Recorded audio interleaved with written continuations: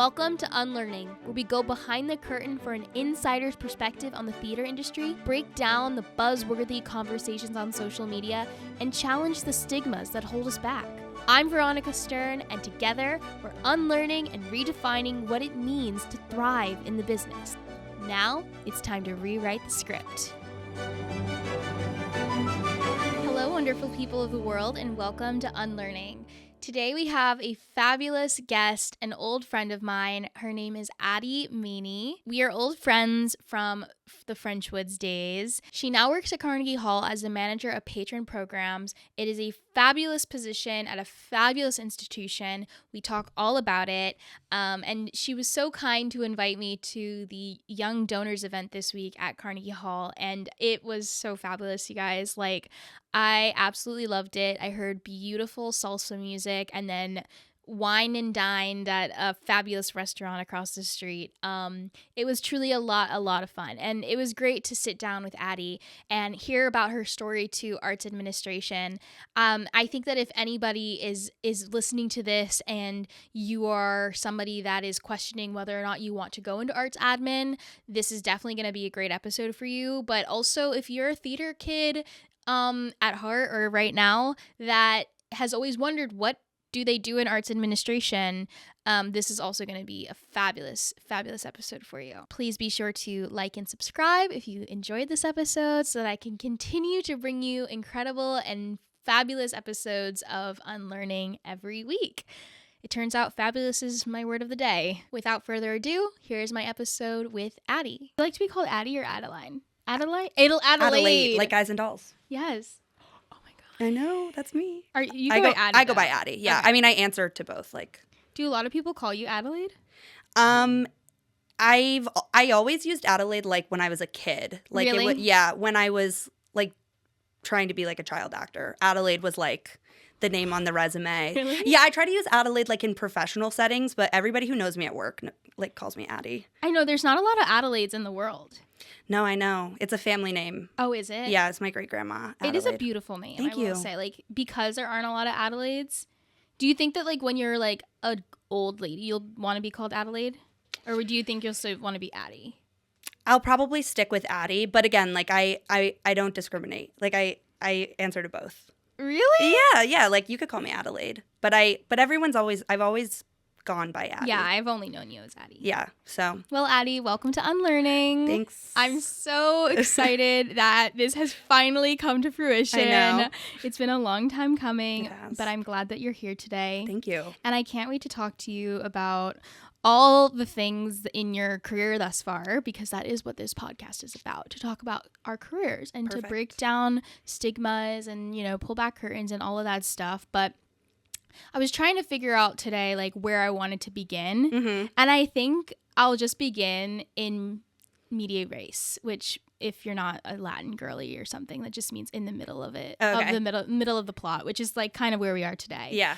So this week I attended the Notables. Yes. Was it the spring event? Yeah, it's our spring event for our Young Donor Group, yeah. So I loved it. I'm glad you came. I absolutely thought it was so lush and just so exciting, and I have to talk to you afterwards, but I genuinely really want to dive deeper into it and become maybe a notable, because I thought it was just such I've always loved being a part of the arts, obviously. Right. But I think that when you start to grow up, you're how can I be a part of it still, where I don't necessarily I just want to be a patron. And I think that especially when you're from New York and you live in New York, you think of that and you're oh, well, I have to be a millionaire and 65 plus and have it in my will that Carnegie Hall will get $4 million when I die. And you could do that. And you still could do that. God willing. Give me all of the money so that I can do that one day. But in the meantime, I love that this program that you invited me to really focuses on the young people in the city that have the means to, give that type of money to the program and be a patron of the arts. Right. In their 20s, 30s, 40s. I think that's so cool. So you are now the managing program director? I am the Manager of Patron Programs. Manager of Patron Programs. Yes. That's right. Yeah. What does that mean? So my team oversees a few different membership groups in the development department, so fundraising at Carnegie Hall. And there's 4 of us on the team, and we work in individual giving. So we work with people just like you and me, but our development department also has like a corporate team, government, foundations. But on the individual giving side, my team manages our patrons, which is anybody who gives $3,000 or more to Carnegie Hall. Our notables, which is our young donor group, folks in their 20s and 30s.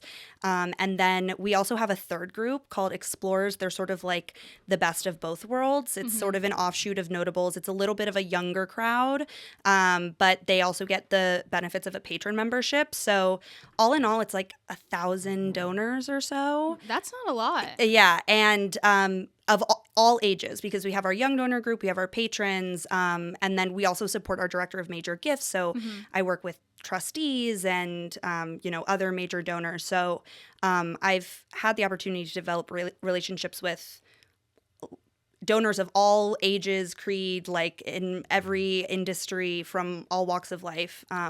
It's been really special. And how long have you been at Carnegie Hall now? Like 3 years today, actually. Oh, Mazel tov. Thanks. Wow, 3 years is a long time in our early 20s. I know. Now, how did you get started there? So I went to the College of Charleston for arts management. And even getting there was sort of, it was not the path that I thought it was going to be, but I'm very, very lucky to have gone there. Both my parents went there. It's a really special place. And when I was getting ready to leave, I've always known that I would come back to New York. I always knew that I wanted to be up here. I grew up in Connecticut, so and I grew up spending a lot of time in the city, so I knew the city is where I wanted to end up. I didn't think I would get here as fast as I did. I thought that I might stay in Charleston for a little bit. I was working at a performing arts festival in Charleston called Spoleto, and I had been there for 2 or 3 summers, and there was a chance for me to possibly stay there full time. So but I was looking for opportunities wherever I could find them. And I knew that I wanted to be in development, in fundraising. And obviously my passion is nonprofit arts, and, that stems from like growing up in the theater. So I really just applied anywhere and everywhere. Really? And yeah, I applied to like maybe 100 jobs. Yeah, I feel like that's the case for a lot of people. A lot of people, yeah. like in any industry, really. Yeah. But it was. I think I started applying in like February or March of my senior year, and by June I was, doing several interviews. But Carnegie Hall, like the first interview I had, I knew, she doesn't work at Carnegie Hall anymore, but my former manager who hired me, the first time that I like spoke with her, I like knew that I wanted to work with her, and everything that she had described about the job and Carnegie Hall and everything, it sounded like a great fit. The other great thing about working at Carnegie Hall is that our director of special events is also an alumni of the arts management program at College of Charleston. Nice. So Nice. I hadn't met her, and Yeah. I actually, it's funny because we joke about this now, but I did reach out to her on LinkedIn when I applied, and she like totally didn't answer me. Do you ever feel like LinkedIn is just this like mysterious like underworld where like nothing really happens, but also if you don't have it, like you're like missing? Like I don't understand LinkedIn, and I also don't understand why people love LinkedIn. They're like, I love LinkedIn. Yeah. I'm like, why? Like I just feel like everything it goes into the abyss, and like every once in a while you'll find a job on it. Not that like, why am I bashing LinkedIn right now? I don't even know. But like every once in a while you'll see a job, you're like, this feels like perfect, and then you find out it's like a ghost job because then you see it like 3. Anyways, you sent a message to her. I sent a message to her on LinkedIn.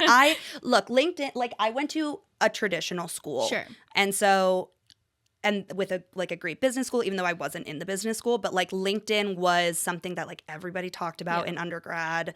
Like it was like a big deal if you hit 500 connections, like that kind of thing. So I was using LinkedIn, but I'm going to be honest, I don't think that I found the job at Carnegie Hall through LinkedIn. Oh, yeah? I think that I might have seen it like on Playbill or Oh, interesting. you know, there's a lot of like arts admin job boards. Like I might have seen it somewhere else. But again, I sent her a message. She doesn't even use LinkedIn. So like I don't hold it against her.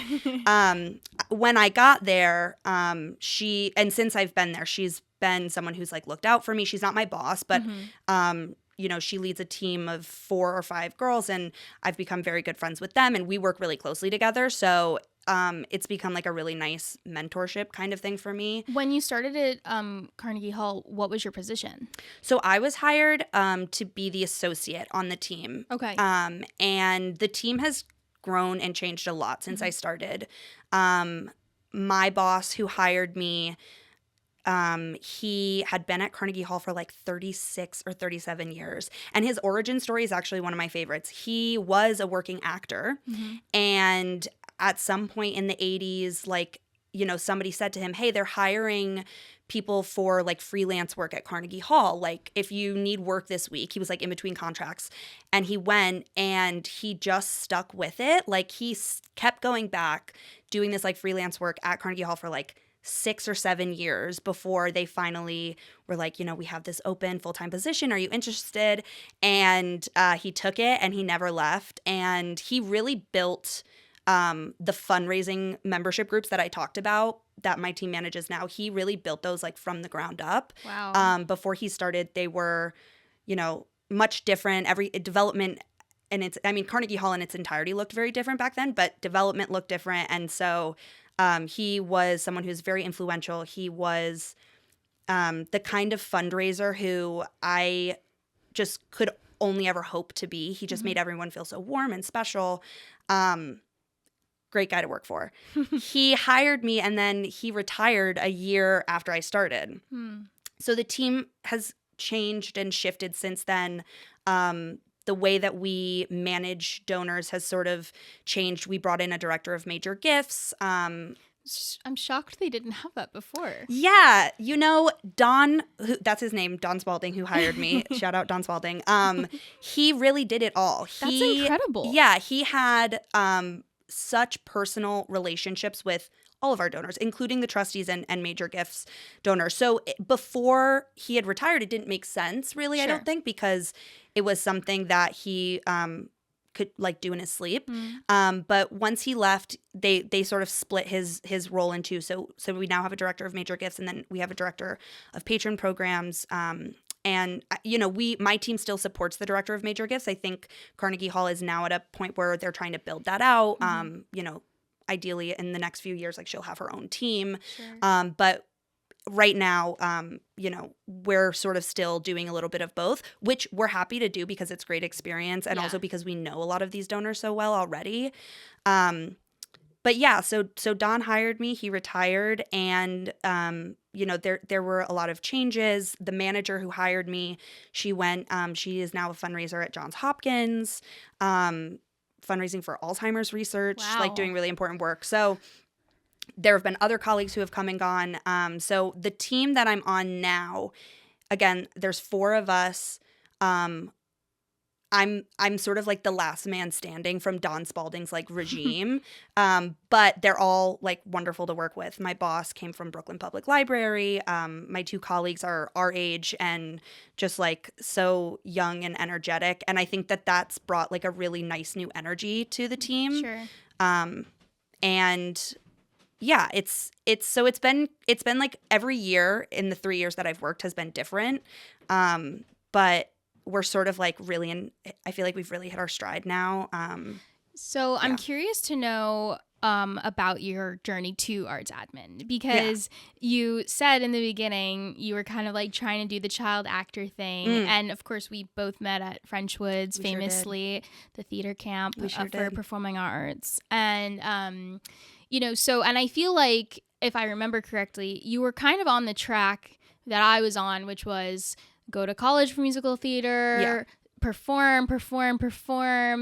That's my mindset. I eat, sleep, and breathe it. So when did things change for you? Well, you're right. That was the track that I was on. But I should also say I did from a really young age, I always knew that I wanted to sort of like be at the helm of a theater. I think that performing for me was something that was like, it was something I wanted to do on the way there.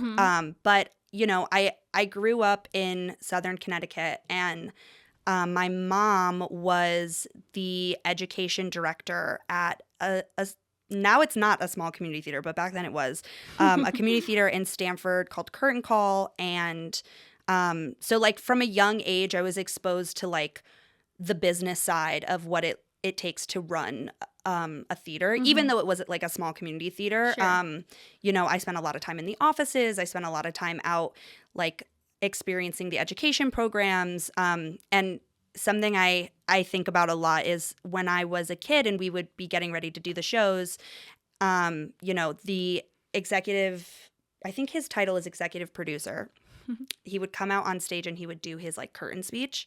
And his curtain speech always had an ask, like a fundraising ask in it. I'll never forget that. And I knew growing up that like this community, the community that I grew up with at Curtain Call, and that organization, being at the helm of something that looks like that was something that I always wanted to do. Originally, I was like, I'm going to go get my BFA. Like, right. I'll perform, I'll audition. And then at some point, like, I'll go get a master's in arts admin, or maybe like I'll go get a BFA and like I can minor in arts admin or business, which I think is like what you did.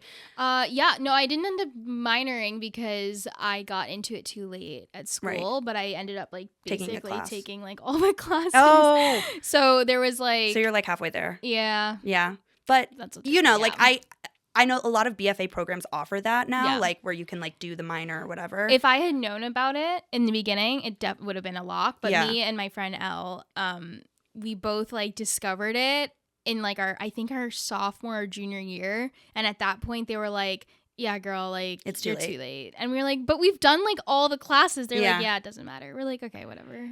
I thought that I would do like, you know, do the BFA or like do minor, or like even some schools have like a 5-year program where you like get your BFA, you get your master's. Anyways, but you know, auditioning for college, which I mean, I know you know, was taxing and tricky. And not to say that I didn't get into good programs or that I couldn't have seen it through, but, you know, for whatever reason, for a multitude of reasons of things that were going on in my life at the time and whatever, I decided to take a gap year.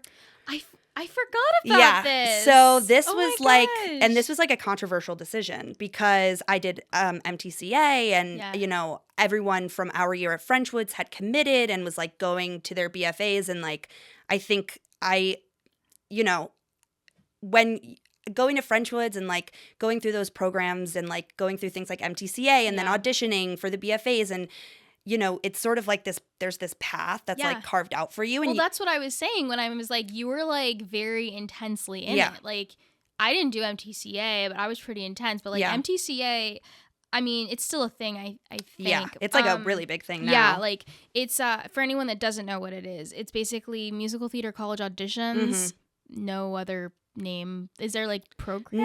No, that's it. It's they just like specialize in basically like crafting the perfect audition portfolio for students, right? Like, you know, they'll help you find like coaches. They'll assign coaches to you if you need them. They'll help you pick rep and decide what schools you want to apply to and all that. You know, like how Olivia Jade's parents like bought like, you know. Yes. Wait, what? Like that's kind of what I equate like MTCA to. Mine is like all of the like like fake like shady stuff. There was no like payment, but it is pay to play. It is pay to play, which also, mind you, my parents were very anti pay to play when I was growing up. But there's no guarantee of anything if you do No. MTCA, and I don't even really know what it's like anymore. But I do remember everybody doing MTCA that like I knew, and I was like, I'm not gonna get in anymore. I know. I'm not doing MTCA. Everybody did it, and everybody applied for like 50 schools. I think I literally applied for like 25 schools, and also because you can go to Unifieds and you just like walk in. Right. So look, MTCA was great. They were very helpful. Yeah. I had already had like an acting teacher and mentor who was really, really important in my life, and so I was like, I don't need an acting coach, but can you just like give me everything else? And they were like, yeah. So it was good. And they actually were, when I was thinking about taking a gap year, I talked to them and they were like, it sounds like this actually could work. Like, why don't you do this? What were your plans for your gap year? So I, on a whim, like just looked up basically like, semester long or like year long, like acting training courses. Uh-huh. And I was looking at things like, like Circle in the Square, or like, yes. or like, trying to come do something in the city. But I found one in San Francisco at the American Conservatory Theater, which, was not, I had never been to California. I'd never been to the West Coast, but it was a semester-long program, which I liked. September to December? Yeah, okay. like September to December, which I liked. And I liked that because, like, I was going to come back and audition again. That's right. Okay. So I applied online. So the American Conservatory Theater, they don't anymore, but at the time they had, like, one of the best MFA programs in the country, like on par with, like the program at Brown and like the Old Yale? Globe and like all the I don't know if they're on par with Yale, but or if they were, it doesn't exist anymore. Spoiler alert. Oh. I know, but at the time it was like this really great program, and the semester program was sort of like their it was sort of like the teaser to the MFA. So you trained with the MFA faculty, and you that's nice. Yeah, like you got to be around the MFA students, but again, it was only a semester long, and I talked it over with like my mentor and acting teacher at the time and coach, and I talked it over with the MTCA people and whoever else, and on a whim I applied, and I did a phone interview and I got in, and I went to San Francisco. It was like crazy because I was 17. Yeah, was it like a program where there was like a lot of young people? No, I was the youngest person they've ever accepted. My parents had to like sign like special like releases and stuff, because it's like I think a lot of people do it as like it's like getting your toes wet to like see if you want to do an MFA. An MFA in what? In acting. Okay.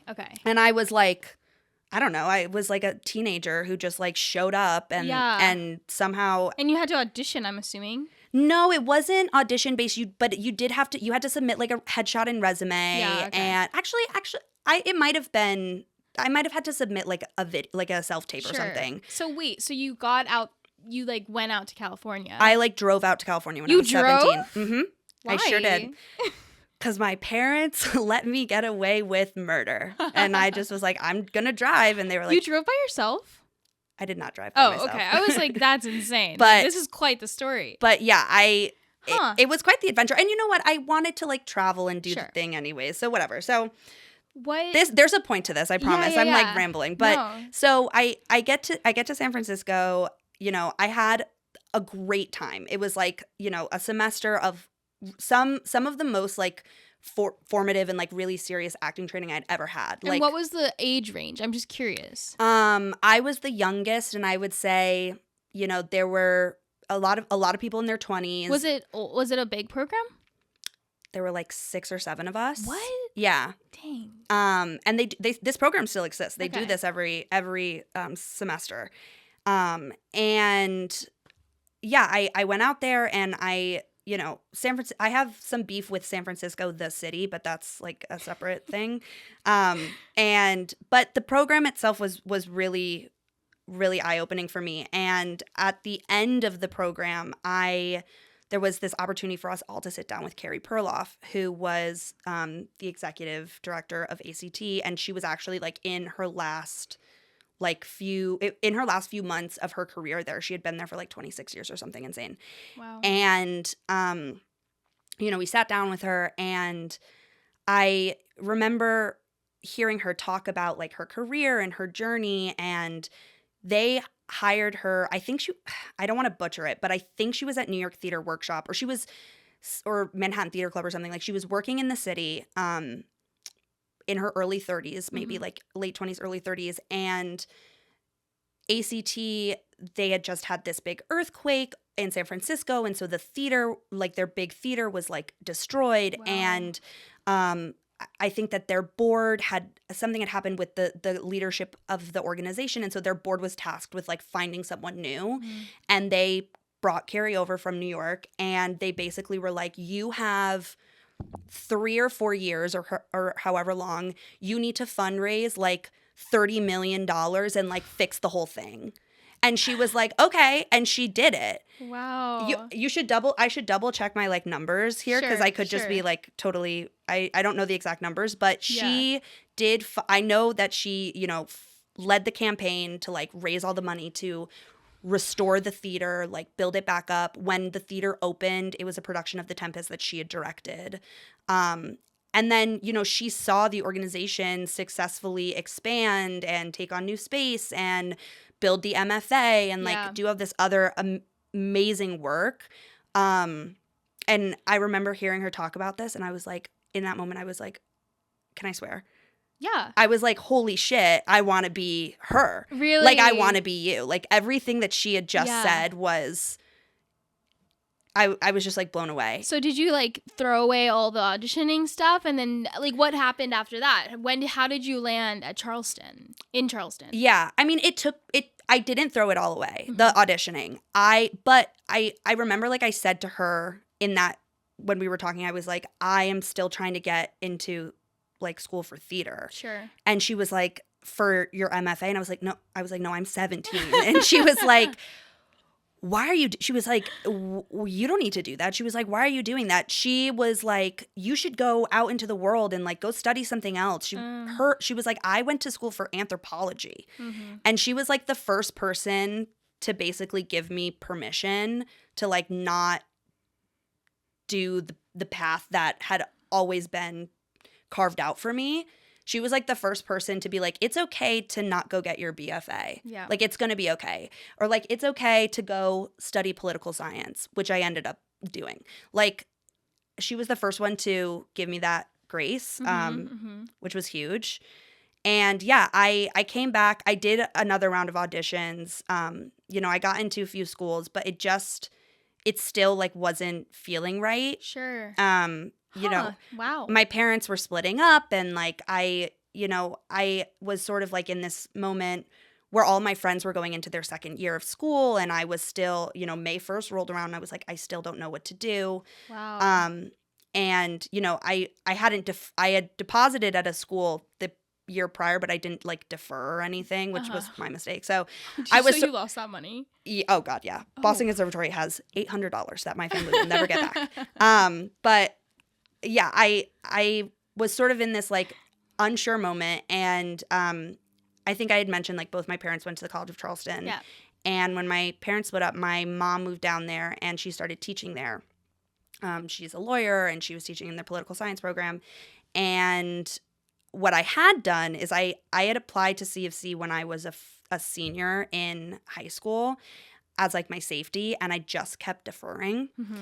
And so, summer was coming around, or I guess it was actually the fall semester, and I was going to defer again. And my mom was like, you cannot defer one more time. Like, you can't. So you should just come for a semester. I didn't really have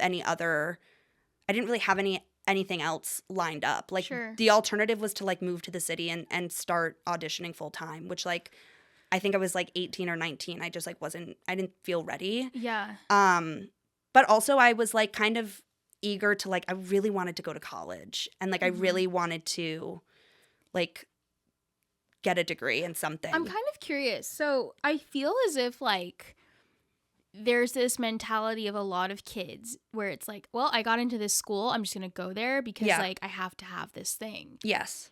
Was it because you had that conversation with the woman in San Francisco that it was like always in the back of your mind of like, I don't need to like jump into this like everybody else is? Because I like knowing you back then, like, not that you're like a follower or anything, but you were really like eyes on the prize. Yeah. So I'm curious, like, what was stopping you from just jumping into it? You know, like, was there just a voice in your head that was like, this doesn't feel right?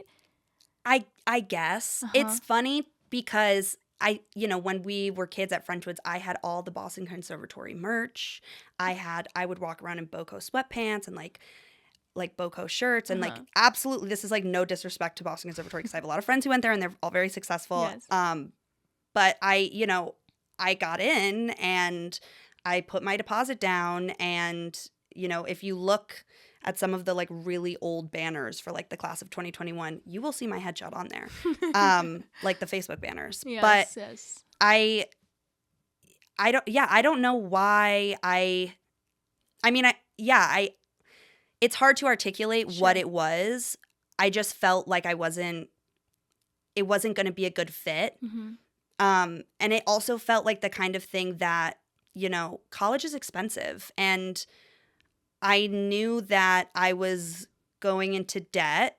I was going to have to take out student loans to go to a private school like Boston Conservatory. Sure. And I just questioned at that moment if it was the right fit. Mm-hmm. But it felt like it was my only option. Mm-hmm. And again, nobody up until that point had said to me, like, you don't have to do this. Like, you could do something else. And still be... Okay, so you could do something else and still get the thing you want at the end, yes. Which was what? Yes, exactly that. And you know what? It's funny because I watched your episode with Olivia, and I think I remember talking with her when we were at camp, when we were kids, about all of this stuff. And I had just always been told that, like, if you want to work in the theater, you have to have a BFA. You have to go to school for theater. And I thought that in order to get this thing that I wanted, which was ultimately, again, to like be at the helm of an organization, of a nonprofit theater arts organization, like sort of back to my roots of like growing up at Curtain Call in Stamford, like I always knew that was the goal, but I thought that the only way to get there was to go get the BFA, and then like I'll figure out the arts admin stuff later, but like to have this career of performing. Oh, okay. I understand now. So I could be like an artistic director or something. So you thought the way in was to become an actor? I think so. But also, again, it was sort of what everyone was doing. It was what we were all sort of like. The herd mentality. Yeah. And it's been wild to reflect on sort of how everything panned out. It's not what I thought was going to happen when we were 15, 16 at camp, thinking about where I would be in 10 years. Sure. But yeah, I am glad to have landed where I did. I mean, I went to Charleston and I went to Charleston and I was nervous because I was actually at that point still considering like maybe doing another year of auditioning and like really going into the third year. I know, crazy, and not because I like didn't get into schools, because I did. Yeah. Or not. I don't know why I was still like grasping at this thing. Well, I think I might know because I feel like I'm kind of in a weird way, kind of going through that right now myself. Oh yeah. Where I have sort of like not fully transitioned into this new space of like this digital media work, social media, right? But I'm still like grasping to the auditioning, and I'm still like, well, maybe I should. Like, what? I don't know what is pulling me. I'm actually not even being pulled. Like, I just like have this feeling. I'm like, well, maybe I should, like, because that's what everybody expects of me, and like that's what everybody thinks I should be doing. But like, it's not necessarily serving me in the same way that it was, and I keep thinking there's something like wrong with me. Yeah, because I don't really want it in the same way that I used to. Yeah. But I think that when you realize that you can get to the thing you want, which I actually have no idea what that is. Right. Without having to do the thing that you thought. This is like a freaking riddle right now. Without having to do the thing that you like always wanted to do, like the world just like opens up for you, but in a way that you're like, well, the thing that I've always known is that other thing, and that feels safe, and that's why I keep wanting to like do it, even though like I'm in college. I have a great job. I'm doing this new path. I'm meeting all these new people. Yeah. But like, there's still that feeling of like, well, I think I'm supposed to be doing this other thing because society has always made me feel like I've had to. Yeah. It's sort of like a guilty feeling. Yeah. Yeah. You feel a little guilty. And like, when I was in Charleston, I knew that I was going to have fun. And like, I knew that I was going to love going to school there. And it just so happened that like they had a really, really good arts management program. It's like focused on nonprofits. It's one of the first arts management undergrad programs like in the country. So that worked out. Yeah. But I was also a political science major. Yeah. How did that come about? You know, it was another thing where like somebody had to like tell me it was okay. A professor who actually taught my parents. I was in a course of his when I was a sophomore. And, you know, he was going through roll and he saw my name. And then after class, he was like, I know this is weird, but I think that I taught your parents. And I was like, I'm sure you did. And so we like developed this really nice relationship, and he ended up being my advisor. And I went to him in the middle of the semester and I was like, you know, everything that I'm learning in arts management is a lot of fun for me because it's sort of like building off of this knowledge that I've always had about theater and about like the arts and nonprofit arts organizations, especially after having done my gap year at ACT, which is like one of the biggest nonprofit arts organizations in the country. Sure. So I was like, I'm loving this, but everything that I'm learning in your class and like everything, I think at that point I was also taking like a women and gender studies class, and I was like, I really am actually really interested in this. This was a whole other revelation because I did not do well in high school. And because I thought that I could like get away with like having bad grades because I was like, I'm just going to go get my BFA. So like, it doesn't matter. Wrong. And like, you know, for the first time I was like, I'm actually really enjoying like going to class and like reading this stuff and like learning about this stuff. And I went to his office and I was like, I think I'm already declared as arts management, but I think I also want to do poli-sci.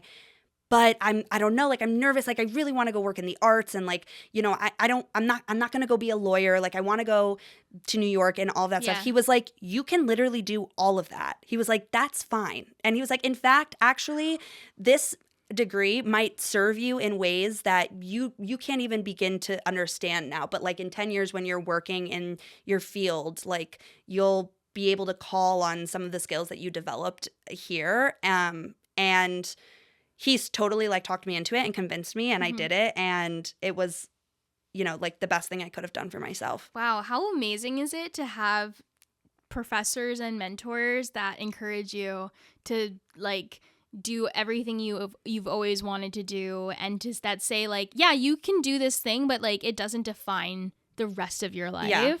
That's so nice. Yeah. That is so nice. It was, yeah, it's been very nice. But also just to say, like, everything that I ever learned as an actor also has really influenced the work that I do every day. I'm curious how so. Like, what do you feel is, like, one of the biggest things from being, like, in the acting space that you've brought into arts admin?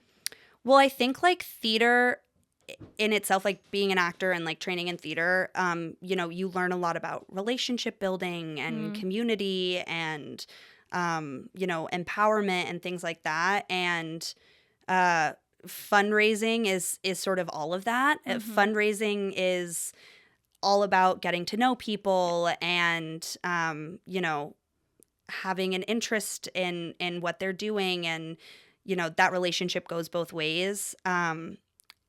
And I also think it's about, in some ways, it's about being creative. And, you know, especially doing what I do at work, which is event planning. Like, event planning sort of almost feels like a show sometimes. Like, you know, when the event is getting ready to happen and we're like show ready, we're like in places, like, I don't know, all of that. And yeah, I think just like, I've always been a big proponent of, and I guess this is something that my mom used to always say, but, kids learning how to act and taking theater classes and the skills that they learn, being able to present, speak publicly, Yes. all of that is stuff that is really beneficial. I think the ability to just be so amiable with anybody you meet is like something that I never knew. It's a skill that I didn't know I had, that was from being an actor and being in the theater space, that I didn't realize most people don't have. Yeah. And the ability to like stand in front of a room and like give a presentation and, not like make eye contact with people and like make it interesting. Like, it's so many transferable skills. It really is. So there's so many. So many. My friends who like work on spreadsheets all day, like I could never ever do that. Yeah. Ever. And you're right. Like, we spent so much time with each other, especially like at camp and stuff, and just like playing and getting to know each other, learning how to be outgoing, learning how to be confident in the way that you speak and interact with others. So for anyone that is listening to this that has that arts admin bug, but doesn't really know where to begin or like where to start, can you give them any advice on like how to start and like what to look at and who to follow and Yeah, I mean, I think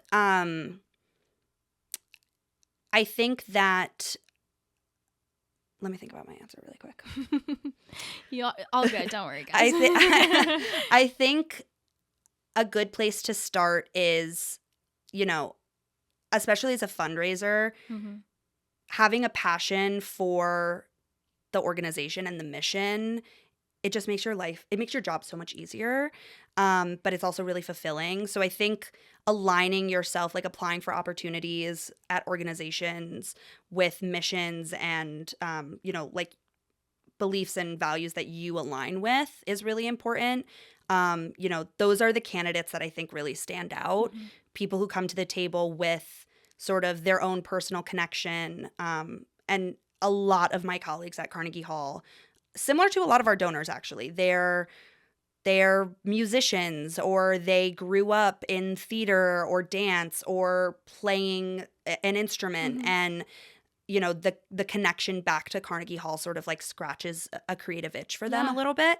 I think that is probably the best advice I can give, especially for the theater folk. And I also think that sort of just putting yourself out there is the best thing that you can do, and just like taking the leap. Everybody has to start somewhere.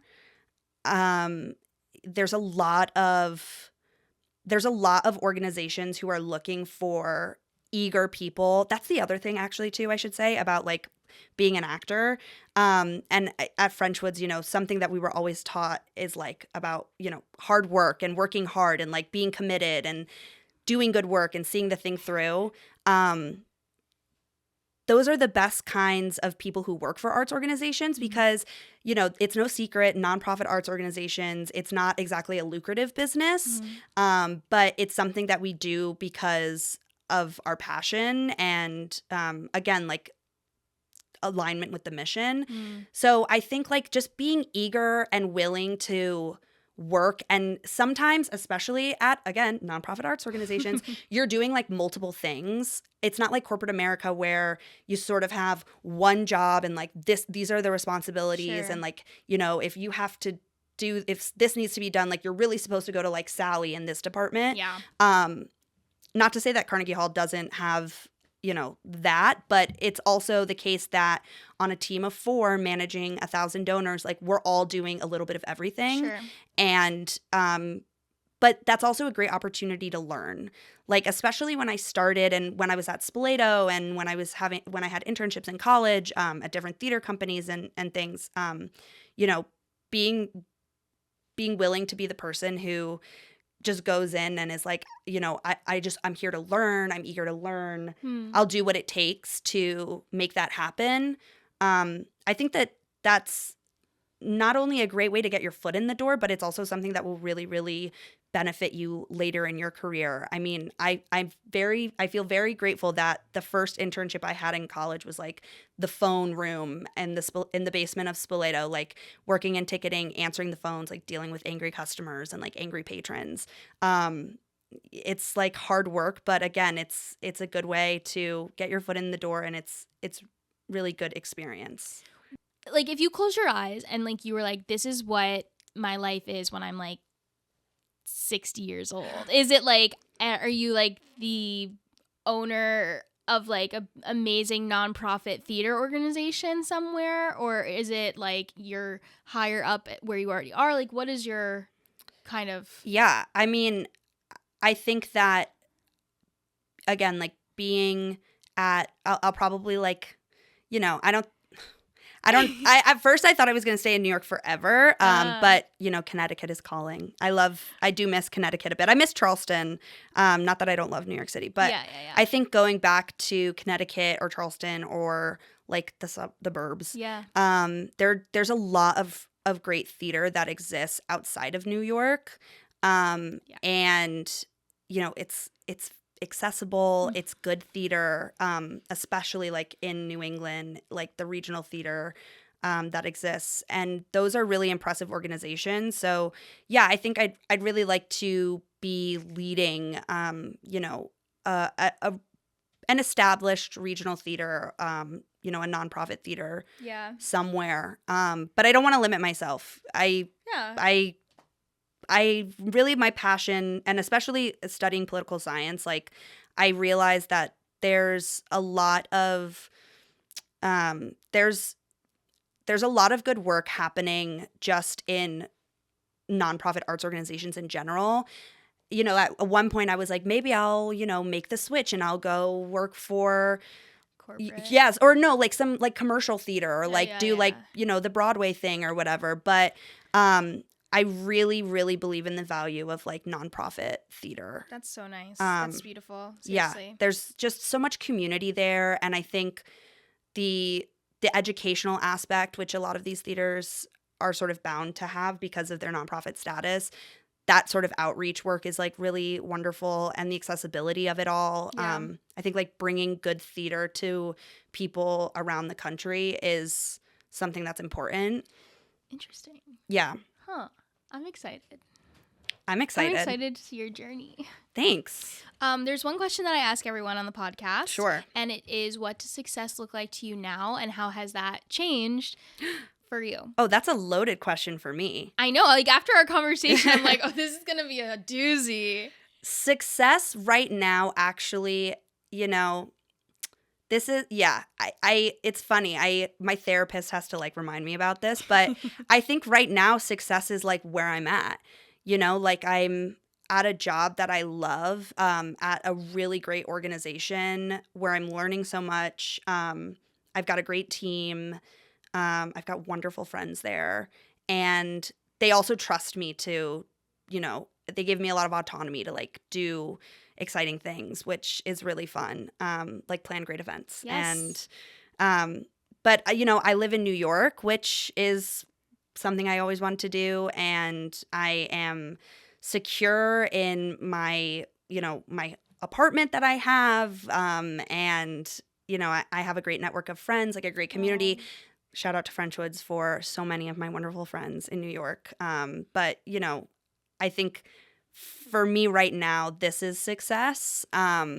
It's not what I thought it would be. I think, you know, 10 years ago, if you had asked me, it would be like, you know, touring or like doing like a cruise ship or, you know, auditioning all the time. And I think that the people who are doing that, like, you know, that's so admirable. And I think that is still something that's very successful. And I do admire those people. But where I'm at right now, to me, this like redefined version of success is like something I'm really happy with, and I'm proud of. I'm proud of you too. Thanks. I'm so happy for you. Thanks. I'm so happy for you. Oh, stop. Like it seems like you're like it seems like you're like doing sort of the best of both worlds. You mean you like still dipping your toe, like auditioning a little. Yeah. And like sometimes it doesn't feel that way, but we'll see, you know. That's well, for a different episode. Yeah, okay. Listen, is there anything you want to plug today? Any interesting things we should know about Carnegie Hall or yourself even? Yeah, I mean, our Carnegie Hall is winding down for the summer. We sort of, the hall goes dark. I was telling you earlier, the hall goes dark for a few weeks. Everybody gets a nice break. But we do have a few things happening this summer. Our national youth orchestras are coming to Carnegie Hall, and then they all go out into the world and tour. That's in like late July, early August. And then our season starts October 6th, 7th, I think. Our 2025-26 season. How exciting. And you should definitely come see us. If you do, and you know me, shoot me an email. But there's some really exciting stuff happening next season. We're doing a season-long festival sort of celebrating America at 250, since it's the 250th anniversary of America. Oh God! And so they're going to be doing a lot of programming around like music styles and performance styles that like are really like American. So there's going to be a lot of Broadway. There's going to be a lot of like blues and jazz and like gospel music and all kinds of other really fun stuff. How fun! Nicole Scherzinger's coming to the hall. Oh my God! I think Patty's coming back. Oh my God. I think Megan Hilty. I'm signing up for the notables. Yeah, please tomorrow. do. But yeah, it's going to be a good season. Amazing. So definitely come. How exciting. Come visit. Well, thank you for coming on my podcast. Thanks so much for having me. This is so fun. It was so much fun. I'm so happy it worked out. And that's it for today. Yeah. Yay. Okay. Thank you all so much for watching. We'll see you next time. Bye. Bye. Thank you so much for listening to my episode with Addie. It means so much to me that you listened. I hope that you enjoyed it, and I hope that you took some very interesting tidbits away from it. Please be sure to like and subscribe to this podcast so that I can continue to bring you incredible guests and incredible episodes of Unlearning every week. My Instagram is @Veronica Stern, and my TikTok is @ThatMixedChickNYC. We will see you next time. Bye.